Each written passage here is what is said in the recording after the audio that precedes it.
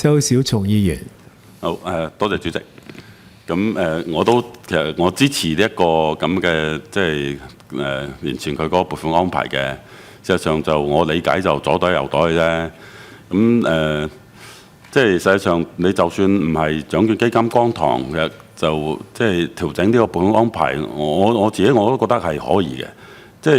其實依家睇翻個獎券基金咧，你房屋處同社署都係大戶嚟嘅。有陣時我覺得，你要政府要做啲設施，你都要問一個基金攞錢，反而怪怪地啊！我覺得就依家由我哋嘅基本工程儲備金去支付咧，反而係咪都行翻條正路？我哋都反而咧係有能夠對呢啲嘅使費咧有一個更加有效啲嘅監察。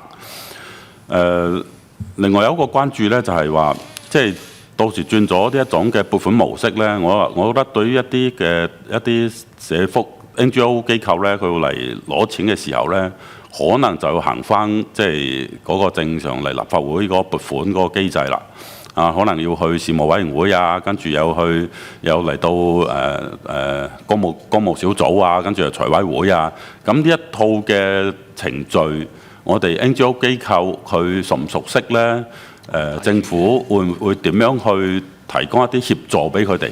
同埋咧，會唔會因此而令到佢哋嗰個嘅計劃，推出嘅時間啊，各方面會唔會有所拖延啊，或者有啲阻滯啊？呢一方面，我希望政府又可以諗一諗，希望能夠都能夠行得順暢啦。然後，咁第二個咧就關於嗰個目前呢一個獎券基金下邊一個私人土地作福利用途嗰個咧，依家就係前期嘅一啲嘅研究嘅一啲可能性研究啊，嗰啲嘅資金係喺度攞噶嘛。